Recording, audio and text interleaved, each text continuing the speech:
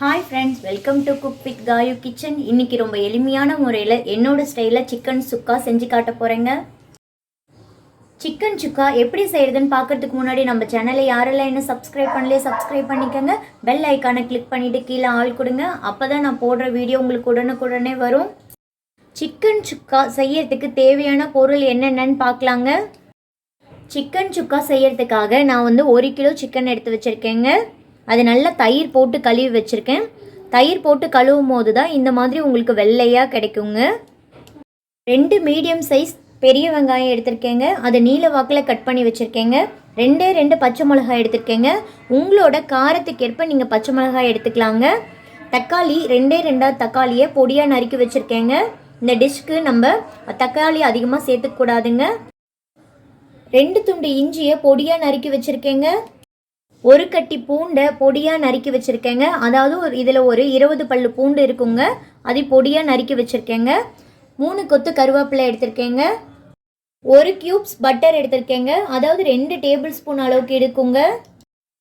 2 capsicum எடுத்து அதில் இருக்க விதையை மட்டும் எடுத்திருக்கேங்க. எடுத்துகிட்டு இந்த மாதிரி கட் பண்ணி வச்சுருக்கேங்க. இது ரெண்டுமே ஆப்ஷனல் தாங்க. விருப்பப்பட்டால் போடலாம். போட்டால் ரொம்ப நல்லாயிருக்கும். டேஸ்ட் ரொம்ப சூப்பராக கிடைக்குங்க. 25 கிராம் அளவுக்கு தயிர் எடுத்திருக்கேங்க. சிக்கன் சுக்கா செய்யறதுக்கு தேவையான பொருள் அவ்வளோதாங்க. இதை விட எக்ஸ்ட்ரா நம்ம ஆயிலும் மசாலாவும் தாங்க சேர்க்க போகிறோம். இப்போ சிக்கன் சுக்கா செய்யறது எப்படின்னு பார்த்துடலாங்க. சிக்கன் சுக்கா செய்யறதுக்கு சிக்கன் எடுத்து நல்லா 4 டைம் தயிர் போட்டு வாஷ் பண்ணி எடுத்து வச்சுக்கோங்க. தண்ணி இல்லாமல் நல்லா வடித்து வச்சுக்கோங்க. இப்போ நம்ம எடுத்து வச்சுருக்க 25 கிராம் தயிரை இதில் ஊற்றிடலாங்க. 1 ஸ்பூன் அளவுக்கு கல் உப்பு சேர்த்துக்கிறேங்க. இப்போ தயிரும் கல் உப்பும் சேர்த்தாச்சுங்க. இதை நல்லா மிக்ஸ் பண்ணி விட்டுட்டு ஒரு 10 நிமிஷம் ஊற விட்டுறலாங்க. சிக்கன் நல்லா 10 நிமிஷம் தயிர்லேயே ஊறட்டுங்க. ஊறினதுக்கப்புறம் நம்ம சிக்கன் சுக்கா செய்ய ஸ்டார்ட் பண்ணிடலாங்க. மிக்ஸ் பண்ணியாச்சுங்க நல்லா. இப்போ ஒரு மூடி போட்டு 10 நிமிஷம் அப்படியே விட்டுறேங்க. 10 நிமிஷத்துக்கு அப்புறம் ஓப்பன் பண்ணி பார்க்கலாங்க. சிக்கன் நல்லா 5 நிமிஷம் ஊறிடுச்சுங்க. இப்போ எடுத்து அந்த சைடு வச்சுட்டு சிக்கன் சுக்கா செய்ய ஸ்டார்ட் பண்ணிடலாங்க. சிக்கன் சுக்கா செய்யறதுக்காக அடுப்பை ஆன் பண்ணி வடை சட்டி வச்சுட்டேங்க. வடை சட்டி நல்லா சூடாகி வரட்டுங்க. சட்டி நல்லா சூடாயிடுச்சுங்க. 4 டேபிள் ஸ்பூன் அளவுக்கு கடலை எண்ணெய் ஊற்றிக்கிறேங்க. எண்ணெய் ஊற்றியாச்சுங்க. இப்போ 1 கியூப்ஸ் எடுத்து வச்சுருக்க பட்டர் சேர்த்துக்கிறேங்க. பட்டர் போட்டிங்கன்னா ரொம்ப டேஸ்டியாக இருக்குங்க. நம்ம நறுக்கி வச்சுருக்க இஞ்சி துண்டு சேர்த்துக்கலாங்க. இஞ்சி கொஞ்சம் நல்லா செவக்கிற மாதிரி வறுத்துக்கலாங்க. நல்லா செவக்கணுங்க. இஞ்சி இந்த மாதிரி நல்லா செவந்து வறுத்துக்கணுங்க. அடுத்தது பூண்டை பொடியாக நறுக்கி வச்சுருக்கேன் பாருங்கள், அதையும் சேர்த்துக்கிறேங்க. பூண்டும் லைட்டாக செவந்து வர வரைக்கும் வறுத்துக்கலாங்க. பட்டர்லேயே பூண்டு இஞ்சியும் வதக்கும் போது நல்ல ஒரு வாசனை கிடைக்கிதுங்க. இஞ்சி பூண்டும் நல்லா செவக்க வறுத்தாச்சிங்க. அடுத்தது நம்ம எடுத்து வச்சுருக்க வெங்காயம் சேர்த்துக்கலாங்க. வெங்காயம் போட்டுட்டு அடுப்பை நல்லா மீடியமாக வச்சுட்டு நல்லா கண்ணாடி பதம் வர அளவுக்கு வதக்கிக்கலாங்க. வெங்காயம் நல்லா கண்ணாடி பதத்துக்கு வதக்கியாச்சுங்க. இந்த அளவுக்கு வதக்கினா போதுங்க. இப்போ நம்ம ஊற வச்சுருக்க சிக்கனை இதிலே சேர்த்துக்கலாங்க. நம்ம ஆல்ரெடி 5 நிமிஷம் ஊற வச்சுருந்தோம். நம்ம செய்ய ஸ்டார்ட் பண்ணி இப்போ 5 நிமிஷம் ஆச்சுங்க. இப்போ 10 நிமிஷமாக ஊறி இருக்குங்க. இப்போ இதில் போட்டுக்கலாங்க. எண்ணெயிலே நல்லா கிளறி கொடுத்துக்கலாங்க. சிக்கன் நல்லா எண்ணெயிலே வெந்து வரணுங்க.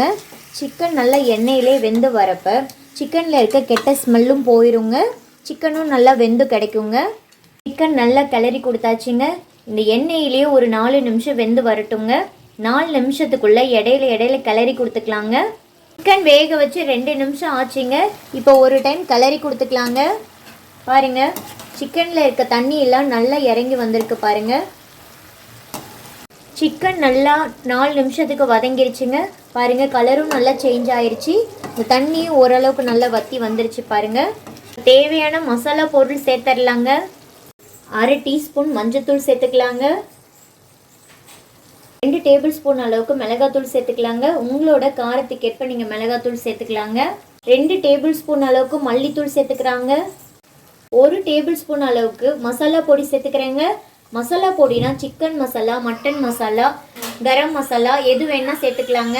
1 டேபிள் ஸ்பூன் அளவுக்கு ஜீரகத்தூள் சேர்த்துக்கிறேங்க. 1/2 டீஸ்பூன் அளவுக்கு பெப்பர் தூள் சேர்த்துக்கிறேங்க.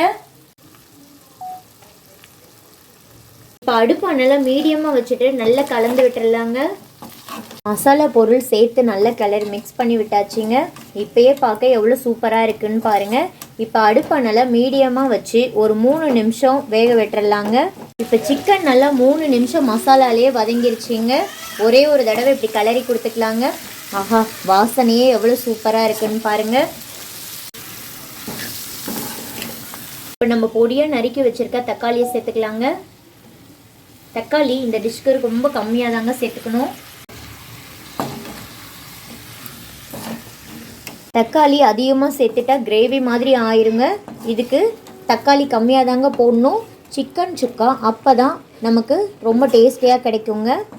தக்காளியும் போட்டதுக்கப்புறம் நல்லா கலரி கொடுத்துட்டு ஒரு 2 நிமிஷம் வேக விட்டுக்கலாங்க. தக்காளி இந்த அளவுக்கு வதங்கினா போதுங்க. இப்போ ஒரு தடவை கலரி கொடுத்துட்றேங்க.